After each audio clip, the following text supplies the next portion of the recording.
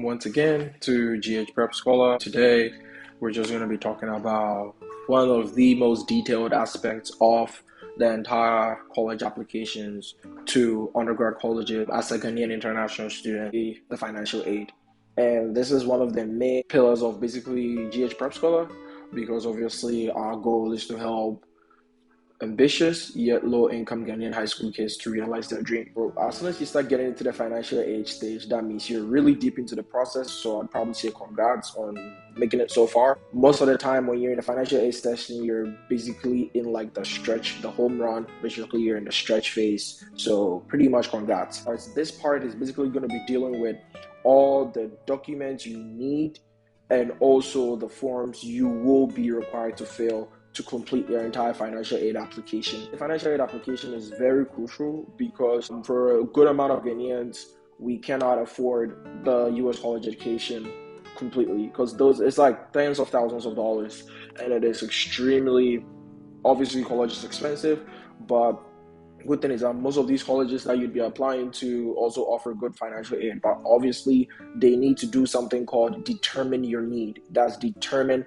how much you would be able to pay or how much they should offer you as well for you to be able to come to college. So after selecting the schools that you know can offer good aid, which we would give some examples on our site and everything, they obviously have to get information, financial information from you and your parents to be able to determine how much you need to be able to go to college. You could easily tell them, hey, I want full scholarship, but that's not going to happen. They need to actually know, they need to verify on their end as much as they can. And that is by you filling up information and also adding supporting documents to be able to add to your case. And then they would evaluate it and let you know how much you're expected to contribute, that's expected family contribution, versus how much need you actually are or should be able to afford. Before we go into it, we need to talk about a couple of things. Most of my experience, there are two kind of schools. For schools that really can offer aid, there are always the need blind schools and the need aware schools. For the schools that offer aid, most of them are need aware for international students. And what it means is that once they're evaluating your application or your candidacy to enter the school, they factor in the amount you'd be able to pay into consideration. That means that, let's say you're two students. One student can literally pay all of, let's say, in terms of your application, taking away financial aid. Let's say the two of you, they don't even know about your financial aid. And both of you, in terms of evaluating your application, let's say they rate your application out of a 10. And both of you are an 8 out of 10. They really want to do both of you, but they can only pick one of you. But student A said they can pay 50% of the total cost of attendance. And student B says he's coming from a very poor background, so basically he needs full scholarship. In that case, the chances of them picking student A is higher than student B. So that is the case for need aware schools. On the other hand, need blind, as from the term itself connotes, they are blind, which means that basically when they're evaluating their application, they don't even want to see, they don't even care how much, let's say student A, student B can pay. If they like both students A and B and they have to pick only one student, they would not say, okay, student A said they could pay 50%. No, they would try and look at other factors. They might do interviews. They might try and get other data points to be able to pick one of those students.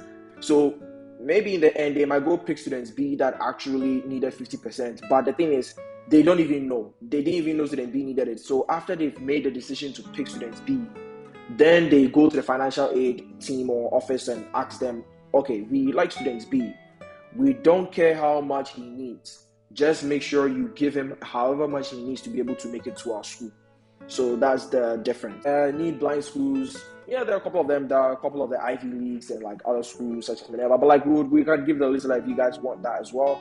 But you can also find them also online. But it's really good to know. But obviously the need blind schools are also there is a correlation between the need blind schools and how competitive they are, or how top they are in terms of how they're ranked. So it makes sense that way. But that's beside the point. Today we can quickly go into all the documents you need to even be able to start thinking about your financial aid application. And for me, I always suggest that once you're still in the college application season, while you're studying for the SATs, while you're filling your common app, on the side, once you're gathering your documents required, like for the common application, like your transcripts and stuff, on the side you can start thinking about gathering the documents also for the financial aid. And for the financial aid, these are the documents you need. The first document you need for the financial aid mostly, and I'm going to just pull a string here, is one of, in fact, probably the most important document, but all of them are equally important, but the one you would need the most. And most of these documents, or the financial aid documents, would be coming from on your parents' side. It's really not your documents. It's like, so whichever these documents I mentioned are going to be from your parents. If both parents have it, have presented. If one of them doesn't have it, it's fine. But at least have one parent that has it. Either your parents or your guardian, whoever is in charge of like who paid for your tuitions in high school, middle school, like your parents mostly. And I'm going to give that a scenario. So obviously there might be very special scenarios, like let's say you have like a government organization that sponsors your high school and everything. In that case, it's a very different scenario. But for majority of Ghanaian kids, probably is going to be your parents. So, but in that case, if you have these special scenarios, do not forget to just email us or put in the comment section. Email us at ghprepscholar@gmail.com, and we will look into your case and help you with that. But to cater for like the wider group of people, which is basically their parents, one of the most important documents that you need is your parents' tax returns. So basically, what is your tax returns? Most of us probably, I never heard of tax returns till I had to deal with financial aid applications. But fortunately, when I was required of it, I just asked my parents, and my dad knew exactly what it was and how to obtain it. So basically, your tax return form is basically, where do you get this form in the first place if you need it for your parents? First of all, you can't go get it yourself. Your parents have to go get it. So you have to ask your parents, and then your parents will basically get it at their local GRA office, Ghana Revenue Authority office. So if you're in Kumasi, you can go get it at the GRA office. There is one in Asokwa, but in Accra, there will be the places where your GRA office is. Wherever you are located, or your parents are located, or wherever they went, they will have a GRA office where they can go get their tax return forms. Mind you, it takes a couple of days for them to be able to process it and have it ready for your parents. So if that's the case, you need to start a bit. Let's say you are applying in 2022, right now, 2022. You need your parents, obviously, they would need the tax returns for 2021. So that's the tax return forms you need. Sometimes for some schools, they would even request that you have the tax return forms for 2021, 2020, and 2019. So 3 years back. But normally, you really just need it for the 2021. You can't have it for the 2022 because in Ghana, you cannot have the tax returns for 2022 till the 2022 year is over, because the tax return form is basically a form which indicates all your incomes and all your taxes associated with it, and all the taxes that were like associated with any of your earnings for the year. So basically, if that is basically your tax returns. So colleges need it. Fine, they needed to know how much your parents earn. They need to know it, how much they're taxed. They need to know it on all the assets they're taxed on, to give them an idea, So you get it. Where do you get it? You get it at your local GRA office. Let your parents go. Let your parents request for it, and they get it in a matter of like some days. Obviously, it's processed from the head office in Accra and stuff, so that's why it takes a couple of days. But let your parents ask for it. And this is an example of a sample tax return form from the GRA office tax return. So as stated here, you can see here in this tax return form, let me just do fit to it scrolling. You can see that for this tax return form, they show you, see for all the months of the year of, let's say, I don't know whatever year it is, but I'm assuming it was 2017, 2018, whatever year, it doesn't matter. It shows all the salary your parents got, and it shows the amount of tax they were deducted. It shows the employer, it shows the rank, the name, everything, stamps, and then it shows if they had any other assets, vehicles, all those other things. And then obviously there is a signature and everything for the officer. So basically it just shows that it's not even a very hard form, but it's a very important form. You get it from the Ghana Revenue Authority, so go to your local one. If you don't know what your local Ghana Revenue Authority is, just really check on Google Maps, or even not just that. All you have to do is, most people know, it's You just have to ask someone that you know, like an acquaintance that you know, that like, or you just ask your friends around where your GRE. Just check on Google Maps; it will either show you, or you just check on like ask your friends or like someone that you know that's in a bit of a high position. Like let's say even one of your teachers. Your teachers will probably know where it is. Ask one of your teachers. Ask one of your like your friends. They will know where GRE office is. And then if you still don't know after doing all this, just let us know and we will find it for you. The location that you can go. Let your parents request for their tax return forms. Both your mom and dad, if they're both alive and they both work that like they're taxed. So you do that. But if one of your parents is unemployed and not working, it's fine as well. You don't need to get it. You just need to get it for the parent that is working. So that's the number one form you need. The second form is your parents' bank statement. That's as I said, your bank statement, your parents' bank statements from both parents, if both of them have bank accounts. But your parents' bank statement or whoever is going to fund your education's bank statements if they have some as well. So bank statements are very important, and normally it's just advisable you get the bank statement for like the entire year. Let's say you're filing for 2022, get it for either the whole of 2021 or 2022 from January to whatever, because then it tells them however much money your expenditures, however much leaves in and out of your accounts. So there's an example bank statement from ADB, shows all the expenses, everything, and it shows basically the opening balance, closing balance, and however much is remaining the schools needed. Just get your parents' bank statement. If you have a bank account, you want to put it there, sure. But for me, I didn't have one before coming here. You know, most of us, like we are still in high school, you probably don't get a bank account, so you're in university, or most of us just use mobile money, which you really can't get like bank statements for it. So you really don't have bank accounts, honestly. So it's okay. In your case, you just say zero, you're not working, or anything, which most of us are not working. So the next one is your parents' pay slips or income slips. So it's also important because it shows them how much they're paid monthly, if there are any benefits your parents get from the company they work for, so they get an idea of how much your parents are making and correlate it to however much they are being taxed in their tax return versus how much is in your parents' bank accounts and stuff. You get it? So obviously the schools are asking you for all this information so they can like make all the connections to have an idea or paint a picture of how much you need. So some schools will request for this, but also if the schools that don't request for it, there will be some forms that you will fill that you will need information from your parents' income slip or your pay slip.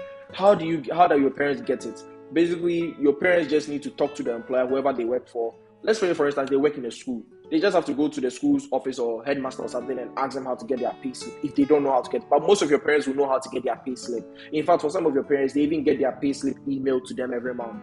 But if not, if your parents are not really tech savvy and they've never really gotten their pay slip, they just need to go and ask their employer, like literally just go to wherever they work. They just have to go there and ask them, how do I get my pay slip? I want my pay slip. And normally for pay slip, in fact, just try and get for the most last 3 recent months. But if you can, just get it for the whole year. The pay slips from the start of the year till now, whatever month you're applying in, just get all of them. But if they can't, at least for the 3 months, like February, October, they should get it for September, August, July, whatever one works. So they can get that as well. And so both parents, if they're both working, if they're both not working, whichever one has it, you should get their pay slips for. So that's the general case. If you're a peculiar case, just email us. But I think this will work, honestly, and we will work through with you guys. Yeah, the other thing you need is a currency converter. Another thing, it's not a form, but it's a resource you would need because we're in Ghanaian cities, but most of these schools, because in the US, they're dealing in dollars, so you will need a currency converter to convert some of these values in these documents into dollars, because some of these schools will request that it's in dollars so that you convert and then you show at the date where you did the conversion, what was the currency rate. To get a currency converter is really not that hard. You just have to go to Google, you just type currency converter, and then it will just work. Honestly, you just change to Ghanaian, oh no, it's in Spanish, but basically, yeah, this is dollar, but like it's in Spanish, don't worry. This is so you just go to Ghanaian city, let me see, city, basically city, and then you just convert to dollars. Pretty much, this is in Spanish, but don't worry, Ghanaian city to dollars, and then this is just, you just put whatever city it is, so thousand, like whatever. So pretty much that is it. And also another thing you might need is on your Common App, this Common App ID, you might need to store it because in your other forms, you might need to put it there just so they know that it's coming from this person's application. But once you have all these ready, now there comes actually the forms you will need to fill. So one of the most important forms you will fill is the CSS profile. This form is, you fill it on the CSS profile website, which is basically the College Board website. Just put in this link, cssprofile.collegeboard.org. It will take you here. And I think for this year, because we are in 2022, and the next application season is that you have to sign into fall 2023 or spring 2024. But we will show you in the next video how to literally fill up this whole application. Like it needs a bit of details, but it's really not that hard. Trust me, we will fill the entire application. So all you have to do is basically you sign into your College Board account, and that's the same account you used when you were registering to take the SAT. So the SAT, the College Board account, you use it to take your SAT or register for the SAT, where we showed you how to do it. If you don't know, like watch the previous video of how to do it. You sign in for the account, and then basically you sign up for the account. You can hit sign in, and to show if you don't have an account, you can create a new one, and then you sign into the fall 2023 or spring 2024. But whichever year you're watching this from, if you're right now this year, just know, like think about the year where you want to enter school.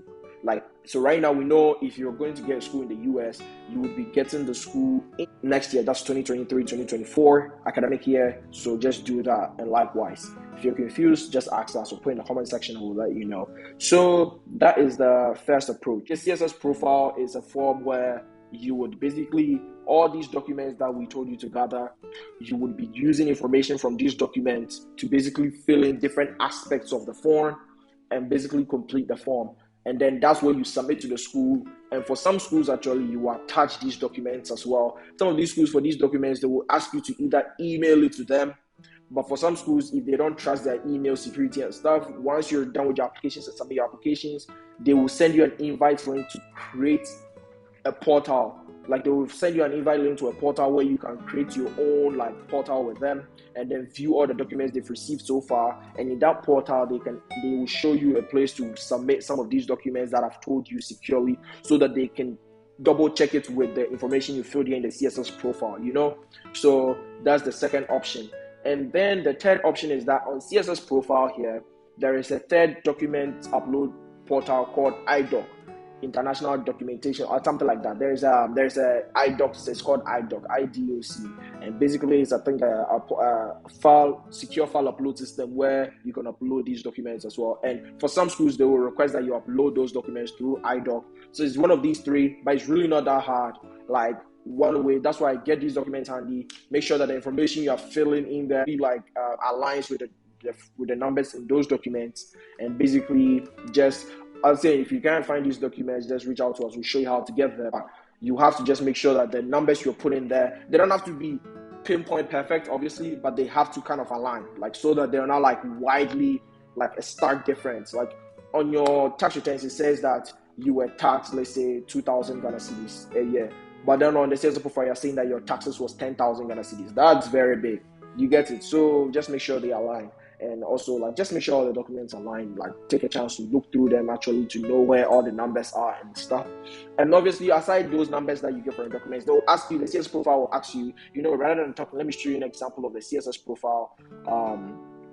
So this is an example of the CSS profile after it's been filled. So you fill it on the website, and after it's been filled, you send it to the schools, and you can download a copy for yourself. So this is an example of CSS profile. They basically just get information from you. They get information from your parents, your address, your demographics, your parents, whether they're dead or not, your academic information, where you are currently, the schools you are applying to, your parents' tax return status, whether they have other taxes and pensions, like other incomes to declare.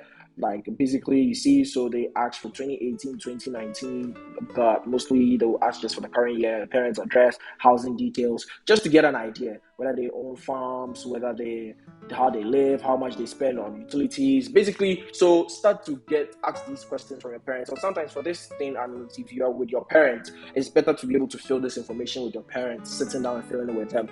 But if you can't, it's okay. Just make sure that you've gotten all this information, or you have a good estimate. And also these values or these expenses, make sure that it aligns with however much income both your parents bring into the household, minus the taxes So let's say your parents make 10,000 Ghana cedis a year somehow, and then their taxes is 2,000 Ghana cedis a year combined. That means that you have to make sure that all these utilities, food, clothing, everything here, after it's subtracted from that 8,000 Ghana cedis, is no more than 8,000 Ghana cedis, plus however much your parents have in savings left in their bank account. Do you get it? So just make sure that all the numbers align.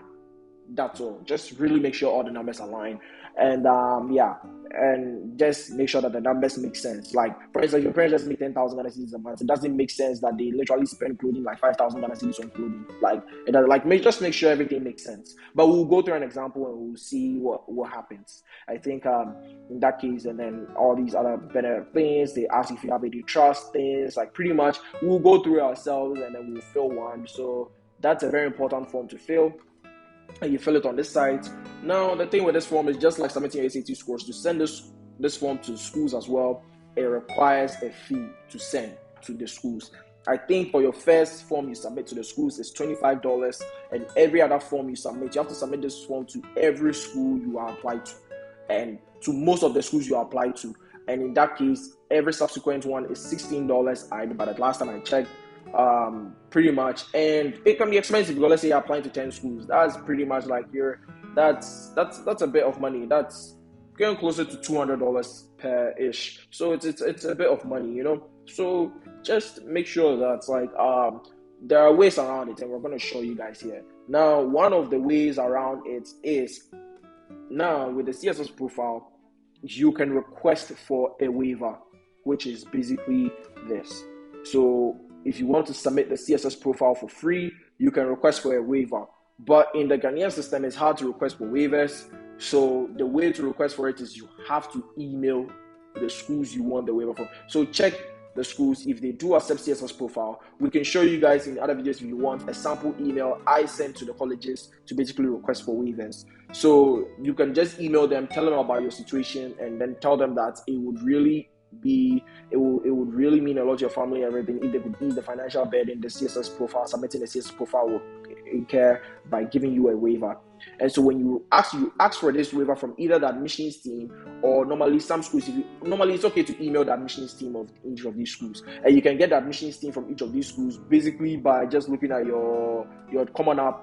When you hit Cornell University here, it will basically show you the admissions email, or you can basically Google it, like admissions team Cornell email or something, and then either they would give it to you themselves, or sometimes some of them, they don't want to deal with the situation. The admissions team doesn't deal with financial situation. They have financial aid offices, so they would route you to their financial aid office team, or basically like give you the email of their financial aid office team to email them with the same email for it. And so in that case, once that happens, two things will happen anyways.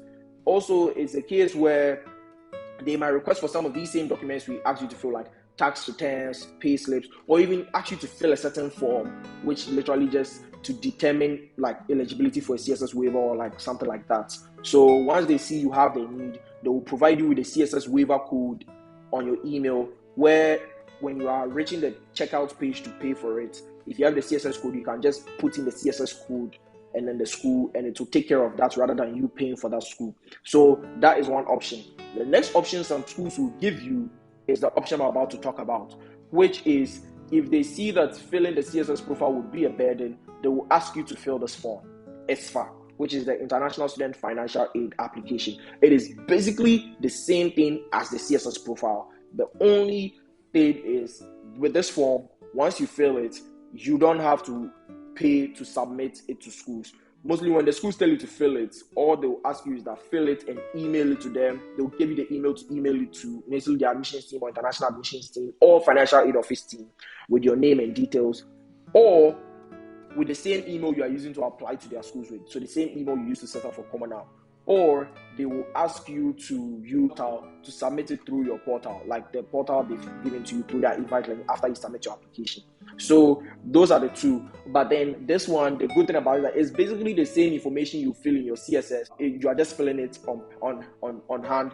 You print the form, you fill it on hand, and then you scan it back to have the electronic form, and then you just email it to them or upload it, however way they ask you to upload it. So basically, as I say, it's going to just be the same thing. Just ask for your parents' details, wherever their address is, your siblings, just to have an idea of how much they spend on, or feeling like what's the income, how much they spend on currency, savings, however much they were, however much in savings. It's basically going to be the very same information. So that's where we're going to walk through how to basically fill the CSS profile. And trust me, after being able to fill the CSS profile, you will be able to either fill, like after getting all the documents that I've asked you to, and being able to, if you're able to fill the CSS profile, trust me, you'll be able to fill all these other financial aid documents, because they'll ask you for almost the same kind of details. So yes, so some schools will then ask you to fill the ISFA rather, so that you don't have to pay to submit it to them. Like that one, you just submit it through email. That way it works. Or for some schools too, there might be a couple of schools that you really want that they just will not accept, they will not give you a waiver, and then they will also not basically let you fill the ISFA, or they will not let you, like basically for those schools, you no matter what, you just have to pay. So the goal is that you like, for instance, just for the SAT 2, you could ask not to submit the official scores yet. There are some schools, like for instance, Howard, so far they don't care. They want you to submit the official scores. So there are a few. So the goal is that you want to reduce the number of schools you want to pay to submit either your application, your SAT score, or your financial aid profile to. So because there are probably going to be always, like for instance, the financial aid profile, there's a school like Vassar. Like they don't care. No matter what, you have to pay to submit your CSS profile, and they don't give waivers. They don't allow you to submit your ISFA. So the goal is, obviously sometimes you can't evade. If you wanted to evade, then you don't apply to a school like that. Like if you have zero money and you don't want to do it, don't apply to a school like that. But if you really, let's say, emphasize your dream school and everything, then in that way, rather than spending hundreds of dollars, you just spend a single $16 or $25 just to send it to them, rather than spending hundreds of dollars. So that's the goal for us to do, and that's what we're trying to teach you guys. Any questions you guys have, always, I might not be able to answer all your questions, but just let me know and we will answer for you. Email or comment section here. There's one last document that some schools will ask you to fill, which depends. And that's in the financial. You always get to know the documents normally after, like, you've submitted your Common App application and you are on their portal, and they will let you know. But also on the side, whichever schools you are applying to, you need to take an interest in them. Go to the school's website, go to the admissions team. They will always have like documents they sort of require and things, and or even in your Common App section here, when you go to the school, it will show you. It normally will show you when you hit corner and enter, to show you what kind of documents they require for financial aid. Some of them might not, but always when you go to their website or when you go to their portal, it will let you know, honestly. But for some of the schools, one of the documents some of them might require you to fill is the document called the Certificate of Finances. Most schools is not, let me see, where is it? Yeah, most schools is not mandatory. Like as of now, most of them will either ask you to fill it after they've accepted you, so that in that way, when they ask you this, that means that the reason why they ask you this is that they want to actually know that you can afford to pay however much they ask you to pay. So that, because they need to make sure that you can afford it before they issue you the I-20 or DS 2019, which is a very important document you need when you're going to apply for the US visa. Because obviously after the school has accepted you and everything, you need to go and apply for a visa, get a visa, and go to the school. But before you can actually go to the embassy, you need your I-20, which is a very important document, like the school. But before the school will give you that document or email or mail you that document, they need to make sure you can actually afford to come. You get it? So that's what the certification of finances, to certify your finances, to make sure that everything is in the right order before they give it to you. But some schools, even before they accept you, they will ask you for it. A few schools will do it, like, let's say, will ask you to submit it, or a form that's very similar to this. It might not be certificate of finances, but there will be another form which is very similar, like, okay, like a grant supplement question, like, but like, honestly, by filling these forms, any other form they ask you to fill, trust me, you will be able to fill any of them. If you're able to fill these three forms, the ISFA, the CSS profile, and this, like, because most of the other questions they'll ask you will either be coming from these same forms or very similar. So the idea is, in the next video, we'll basically show you how to walk through the entire CSS profile, which is the most detailed one, and every other form, like from this one, will be easy. So as you see, we've seen this one in the ISFA and the CSS. It will be your name, your details, the expected visa type, but also the only thing about certificate of finances this time is basically they will ask you for how much you think you'll be able to support, like how much your family or you'll be able to put to support yourself, which is basically like, and then obviously if you're like from your family savings, let's say for instance, they'll ask you for the bank, you have to go to the bank and then your bank manager has to sign it. Sometimes the bank manager will sign and stamp it, put the dates there, put their name there, put their address there, and then your parents put their details there. And then basically it's also the Ghana currency, like check about their income, check about how much they can be able to give you for as an emergency support, like basically, and then sign. It's a very simple form, but basically this is it again. It's really a small form, but some schools will ask for it. But that's why I said, if you fill the CSS profile, you'll be able to fill every other form thereafter. So the next video will show you how to fill it, but then these are the documents you need and also the forms you might be asked to fill on the way. There will be other forms. Some schools will have these other special forms, but they all are going to be very similar to each of these 3 forms I've shown you, or the information there will be very similar, which is why when you're filling these forms as well, be very keep in mind of the kind of information they're asking you, because trust me, it will just translate to these other forms. So without further ado, this will put at the end of the video. Thank you guys so much. This is the first part. The second part will basically create an account with our common app account that we created here. We will create an exact account here, and we will basically walk through how to fill this entire CSS profile with all the documents we have in hand and everything, just to make sure we have collaboration, like everything corroborates. And then, as I said, we can show you the ISFAA as well. Like pretty much, it's not hard. Like trust me, it's really not that hard. It's basically like the CSS profile, but it's for international students. It helps you, and so mostly when you're asking the schools for the waiver, you can always ask in our template. I always ask them that if they could provide me with a waiver, or if possible, they could accept the ISFAA form, the International Student Financial Aid Application form. And most of them will either give me the waiver, or most of them will tell me that, hey, it's okay, submit the ISFAA form.